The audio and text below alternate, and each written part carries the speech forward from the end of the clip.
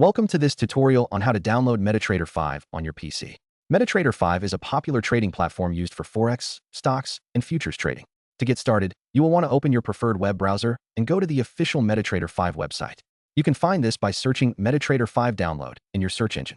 Once you are on the website, look for the download button. It is usually prominently displayed on the homepage. Click on the download button, and the installer file will begin to download automatically. Depending on your internet connection, this may take a few moments.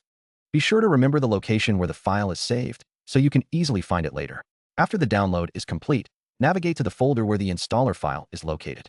Double-click on the file to start the installation process. You may need to grant permission for the installer to run, and a setup wizard will appear. Follow the on-screen prompts to complete the installation. You can usually accept the default settings unless you have specific preferences for where to install the program. Once the installation is finished, you can find MetaTrader 5 in your programs list.